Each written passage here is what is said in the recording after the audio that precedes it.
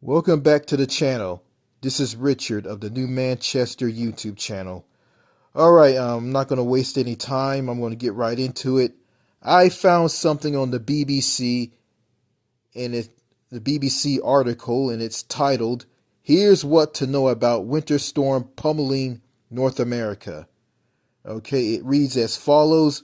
More than 60 million Americans are under winter weather alerts as a huge winter storm is forecast to bring the heaviest snowfall and the coldest temperatures in over a decade.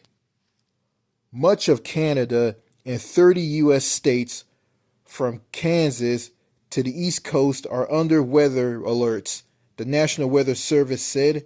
Snowfall of 6 to 12 inches or 15 to 30 centimeters is expected from Ohio to Washington, D.C. A state of emergency has been declared in Kentucky, Virginia, West Virginia, Kansas, Arkansas, and Missouri.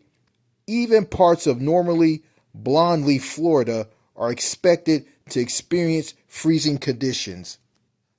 Forecasters say the extreme weather is being caused by a polar vortex, an area of cold air that circulates around the Arctic. After blanketing the Central Plains, the storm is expected to hit the U.S. East Coast by Sunday evening. Parts of upstate New York have experienced at least 3 feet of snow so far. Washington, D.C. is bracing for between 5 to 9 inches of snow. The city's mayor has declared a snow emergency until at least Sunday evening. Congress is due to meet on Monday afternoon to certify Donald Trump's victory in the U.S. presidential election 3 months ago, but it is unclear if the foul weather could delay some lawmakers returning to the Capitol from their constitutioncies. The Indianapolis area near Baltimore, Maryland, could see 8 to 12 inches of snow. The NWS predicts blizzard warnings have been issued in Kansas, Missouri, and Nebraska. Parts of northern Missouri have already experienced 14 inches of sleet and snow, while Kansas has 10 inches.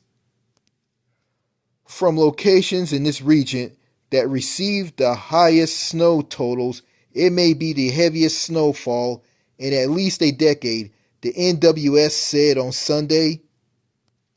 The acute weather forecaster Dan DePonte said this could lead to the coldest January for the U.S. since 2011. He added that temperatures that are well below historical average could linger for a week. Temperatures 12 to 25 degrees Fahrenheit or 7 to 14 degrees Celsius below normal are forecast. Severe travel delays are expected. Nearly 1,500 flights into and out of the U.S. have been canceled, and nearly 5,000 more delayed, according to the FlightAware.com. Amtrak has also canceled numerous train services. America, Delta, Southwest, and United Airlines are waiving change fees for passengers because of the potential flight disruptions.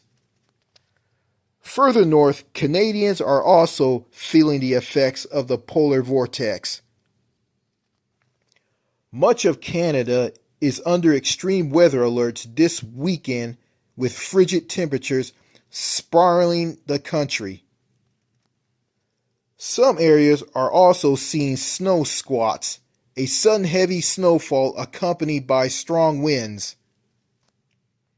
In the central province of Manitoba, the wind chill could see temperatures plummeted to as low as minus 40 degrees Celsius.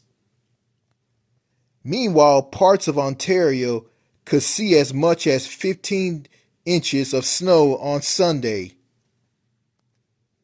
Conditions on roads have already deteriorated, with crashes involving lorries and cars, as well as a fire engine rolling over near Salina, Kansas. Whiteout conditions will make travel extremely hazardous, with impassable roads and a high risk of motorists becoming stranded, the NWS warned. Meanwhile, severe thunderstorms capable of producing tornadoes will move east from Arkansas and Louisiana and into Mississippi and Alabama on Sunday evening, the NWS said. Private meteorologist Ryan Newitt said, "It's going to be a mess, a potential disaster. This is something we haven't seen in quite a while." So parts of the United States and parts of Canada are under a severe snowstorm, a pummeling winter storm, a winter storm pummeling North America. Yeah, well, I live in a different part of the U.S. It's right now. It's really cold outside. I think it's about like about I say about like negative like 17 degrees Celsius, somewhere around that, or probably like probably 0 degrees Celsius because it because I'm in my house. I'm not outside. I'm inside my house. I'm keeping warm. I'm sitting in one of the rooms of my house. I'm nice and warm. I'm making this voice recording or voice podcast. So yeah, I'm keeping nice and warm. I'm relaxed. I'm sitting in bed.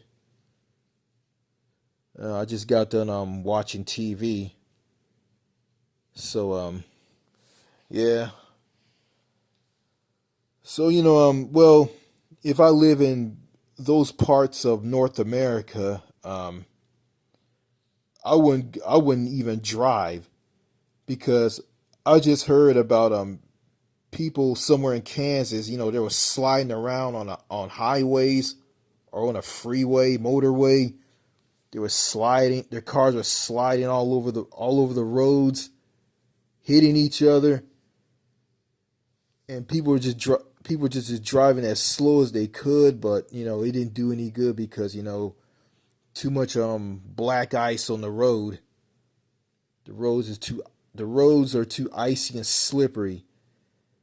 And I saw a 21-year-old woman who came from Florida, and I think she was on a road trip. She was on her way to Utah to do some snow skiing or something, and she was at some Italian restaurant that makes pizzas. So she was in this restaurant eating pizza and talking about the experience on the roads somewhere in Kansas. She was a blonde. She had blonde hair. White. Um, yeah, yeah. I'm trying to get away from calling people on their race. I'm just a hangover. I'm eventually gonna get out of this. I'm gonna say that I mean, she was a fairly decent looking young woman, girl. You know, she was alone. I don't know if she was with anybody. I guess she was with somebody, but she was just at this Italian restaurant somewhere in Kansas, eating, enjoying a slice of pizza and talking about the scary experience on roads, like sliding all over the place. And she recorded herself talking about the experience by recording it on her smartphone, you know, showing herself at night, like on a highway, talking about a car slid, cars were sliding all over the place, and cars were hitting each other. So and and that's really scary and kind of dangerous. I'm glad I'm not in that, but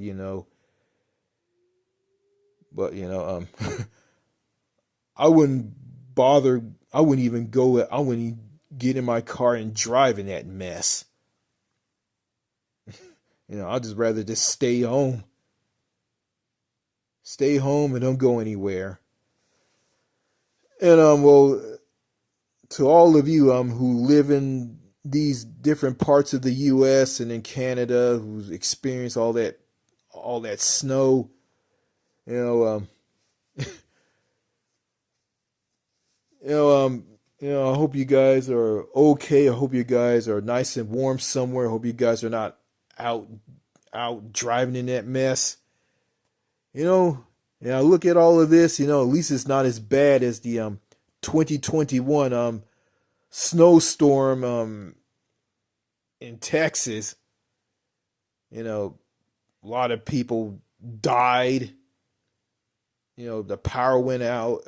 The power in people's homes went out. People like going into garages of their homes, starting their cars up and warming themselves up and getting and killing themselves from exhaust from cars, keeping themselves warm around a barbecue pit.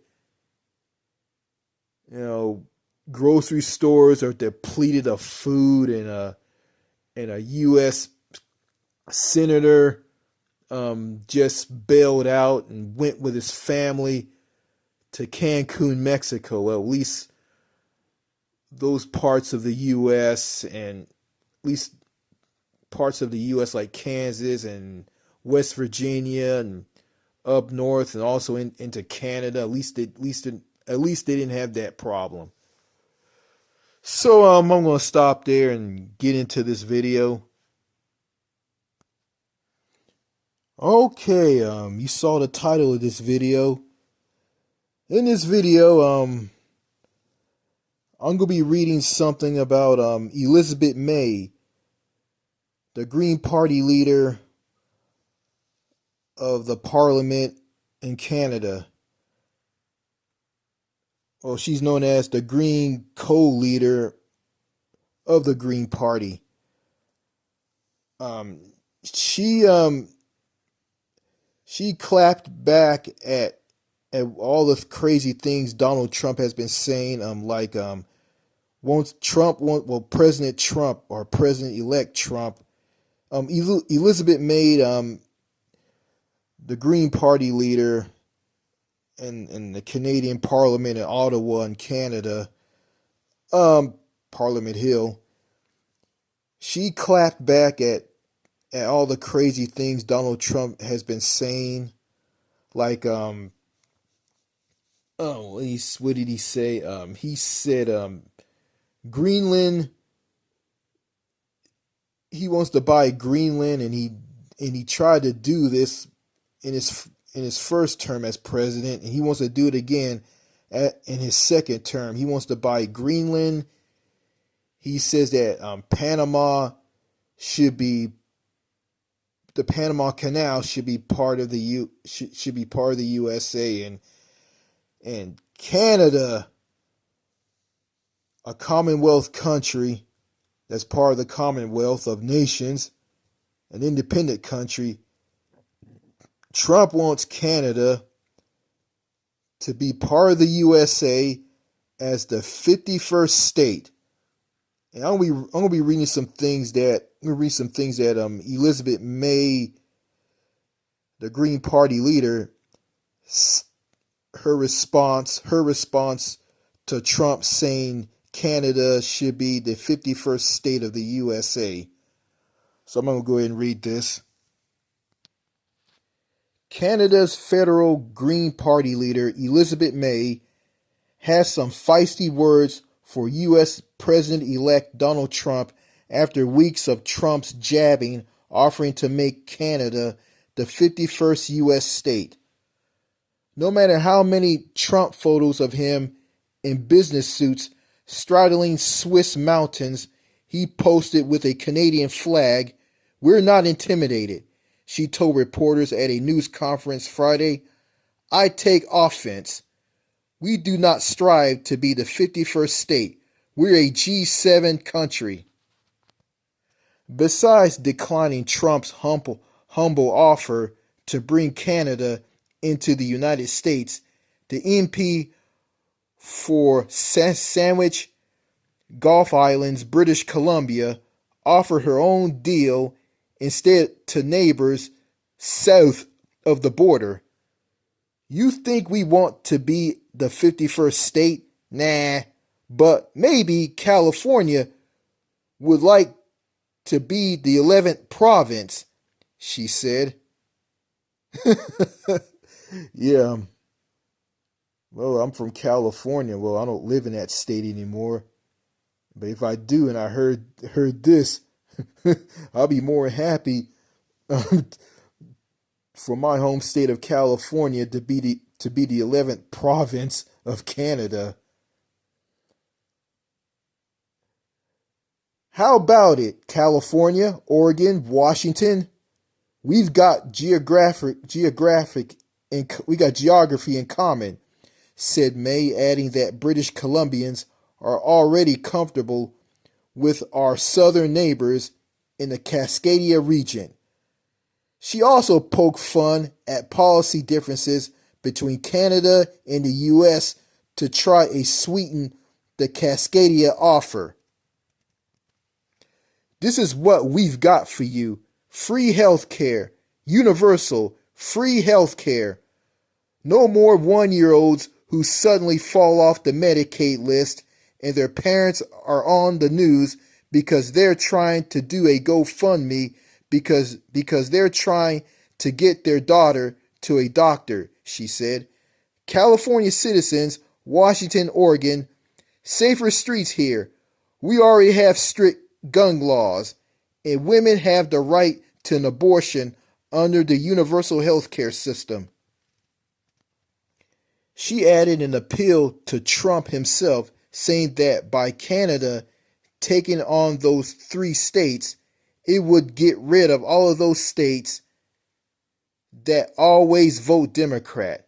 You know what? We'll also take Bernie Sanders off your hands, she quipped, a proud new citizen of the province of Vermont.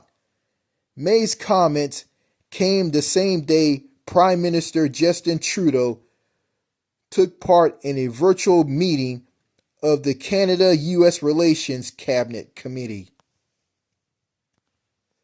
The committee was reformed when Trump was elected in November and aimed his threats to impose 25% tariffs on all Canadian and Mexican imports unless the countries meet his border security demands.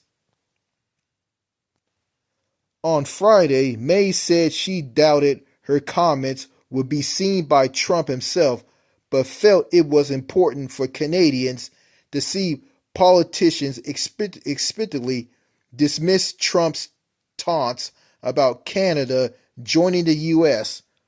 Honestly, President Trump, get used to it, May said. We love our country, and it's a nation, and we do not aspire to be the 51st state. So let's not hear it anymore. If it was a joke, it was never funny, and it ends now. Green co-leader Elizabeth May,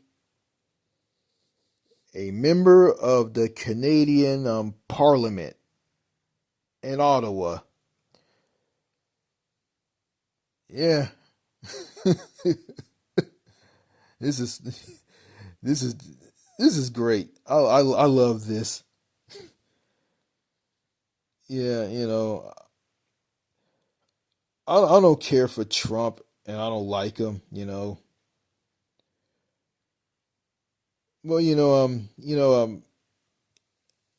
I saw this on C-SPAN. I think some network in Canada. I watched Elizabeth May's speech, this speech that I read about. I watched it. Yeah, I watched it about like one or two or three times, and I watched it the first time, and you know, I think she didn't mention. She said this. I'm going to say this. I mean, she said that well, she does. Canada is not interested in being the well Canadians don't want their country, and they're not interested in their country becoming the 51st state.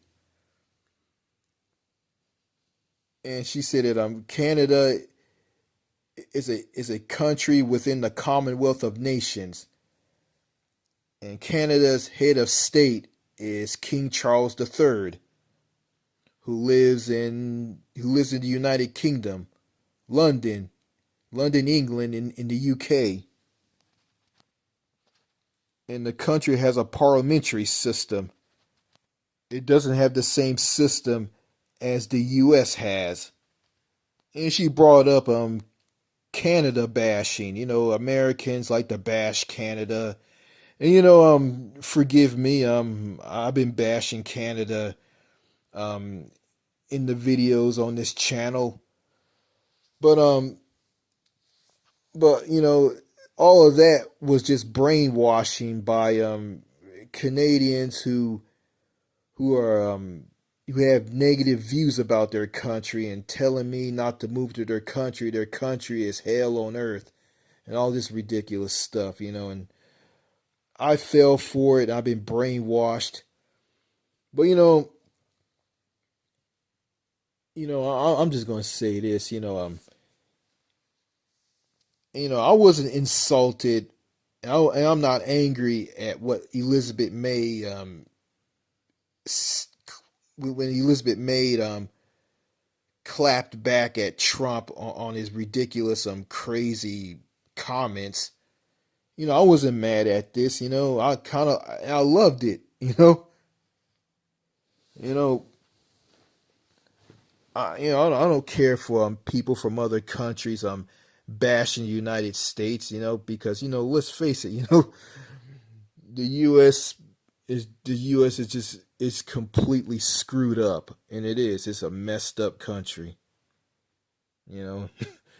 And I'm not gonna look at Canada like it's perfect. Canada is kind of messed up in their own ways as well.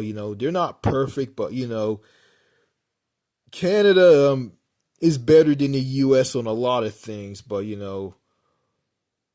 it's not far from perfect. It's not far from perfect. If you compare Canada to countries in Europe, it will fall flat. But overall, it's a little better than the U.S. on a lot of things. Okay, I'm going back to what Elizabeth May, Mother May, said about this deal, this hilarious joke, which is a deal to American states like California, Washington, and Oregon. Okay, this is what we got for you. We got a deal for you. Free health care, universal free health care. No more 1-year olds who suddenly fall off the Medicaid list and their parents are on the news because they're trying to do a GoFundMe. Free healthcare. Universal healthcare isn't free healthcare. It's called universal healthcare. It's free to the point of service, and it's paid for through general taxation. No out of cost expenses. It's free to the point of use. It's a national healthcare system. It's based on need. It's not based on the size of your wallet like here in the US. And going back to taxes, when in a universal healthcare system, a healthcare system that's a national system where everybody's covered, the wealthy is going to pay more in taxes while the poor pay less in taxes. You know, and here in the US, you got some people who say crazy stuff about universal health care and saying that, oh, people pay higher taxes in universal health care. No, the only people who gonna be paying higher taxes is the rich, people who have a lot of money, people who can pay a little bit more. Those are the people who are gonna be paying more in taxes. That's right, the wealthy, they're gonna pay more in taxes. A poor person is gonna pay less in their taxes. Because it's like this, you just schedule a doctor's appointment with your doctor and you go to a hospital or clinic, and you just give them your name and you just give them your name and the date of birth, your name and your date of birth. They ask you to take a number. You take a number. You go in the waiting queue and wait for your number to be called in the waiting queue or waiting room. When your number is called, you just go and see your doctor. That's right. Yeah, when your number is called, you go see your doctor. After you see your doctor, you just get up leave, and go home.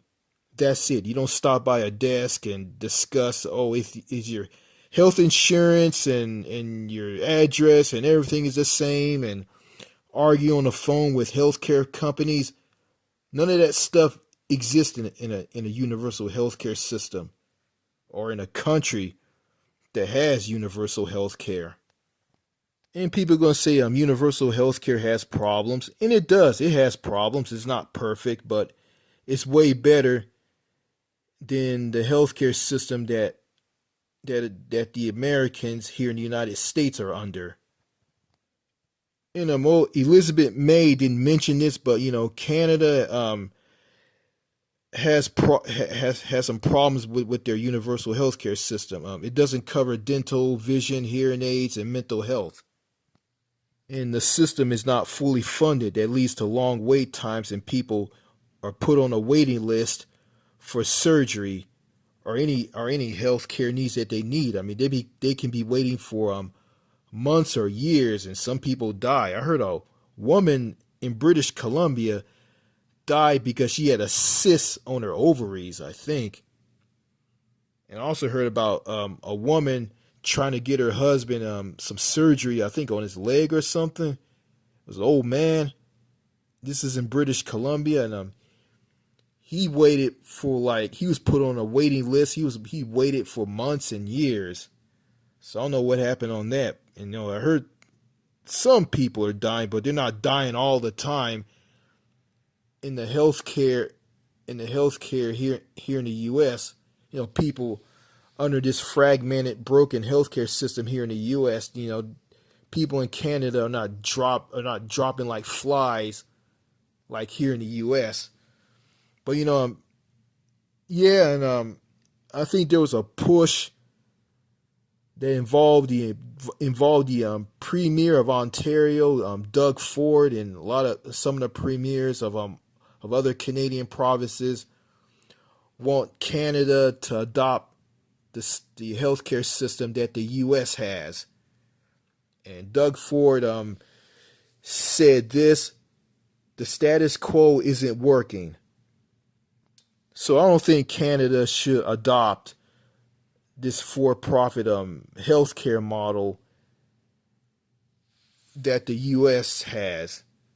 I think they should stick with their universal healthcare system and have it fully funded. I mean, that's something that Justin Trudeau and the Liberals failed to do. And yeah, I'm gonna say this. I was hit with a $900 medical bill over some unnecessary heart treatment that I didn't really need. I have a doctor who said that I have a bad heart and I have an irregular heartbeat, and he checked me on this very old KEG heart machine, and this machine said that I had a bad heart, and I was recommended to a guy at a cardiovascular heart center at a hospital. So I went to this hospital and got this heart treatment, and I was checked on this KEG heart machine. I went through a lot of crazy stuff at this place. The nurses were acting weird, giving me a hard time and acting stupid with me, and just to make me lose it and get angry, and get my hypertension out of whack, and mess my heart up, make my heart work harder so I can get this heart treatment. It was just basically just for money. Here in the US, it's all about just profiting off of people, and not giving people the care that they need, because in the American healthcare system, um, it's centered around you know healthcare companies profiting, and not centered around the patient and care, however that goes. Yeah, yeah. Anyway, I've been seeing this heart doctor, and this heart doctor check me on this KEG heart machine, and come to find out, I don't have heart issues, and I don't. And I try to tell my real doctor this, my doctor who got me into this mess. He didn't want to. He ignored me and tell me I need this heart treatment so I won't get blood clots and have a heart attack or something like that. So kept seeing this heart doctor, and my real doctor found out about this. He asked me this: "What are you eating?" He asked me this question. I said, "Well, I eat fruits and vegetables." I was gonna tell him about everything. Why I'm so healthy, and why come I have a strong, healthy heart. And this guy, this cardiovascular heart center, said that I had a strong, healthy heart. So I didn't need this heart treatment. It was unnecessary. And I was taking heart medication, something I shouldn't be taking. And all of this insanity, I was hit with a $900 medical bill. I went through all this noise with a rock-headed, hard-headed doctor from India, my doctor, and these crazy nurses at this cardiovascular heart center. So, it's just ridiculous, and I couldn't tell my doctor, that I just didn't just eat fruits and vegetables, and he dismissed it and interrupted me, and he dismissed this and interrupted me by telling me, "Oh, you're a vegetarian." No, I eat fruits and vegetables. I exercise. I drink plenty of water. And that's just something I just couldn't tell him. You know, I bet if I lived in a country with universal health care, I wouldn't have this problem. But I don't know. I don't know. I probably going through the doctors, and not the doctors. I bet one of the doctors and a nurse probably gonna be crazy. Will probably be as crazy as those nurses at this cardiovascular heart center at this hospital that I went to. And also those nurses at this cardiovascular heart center weren't just crazy, they were weird, and got rude receptionists. You were yelling at me, being rude to me. They weren't yelling at me, they were just being rude to me by talking to me in a rude manner. So yeah, I liked what Elizabeth May response to Donald Trump's ridiculous offer of asking Canada to become the 51st state of the United States. And as I see it, I don't think Canada needs to be part of the U.S. I don't think Canada should be part of the U.S. And I don't think Greenland should be part of the U.S. Greenland should remain part of Denmark. Yeah, and all these nice social programs, like universal health care, strict gun laws, and a strong social safety net. Why in the world would Canada and Greenland, which is part of Denmark, why would these two countries just give up these nice strong social safety net programs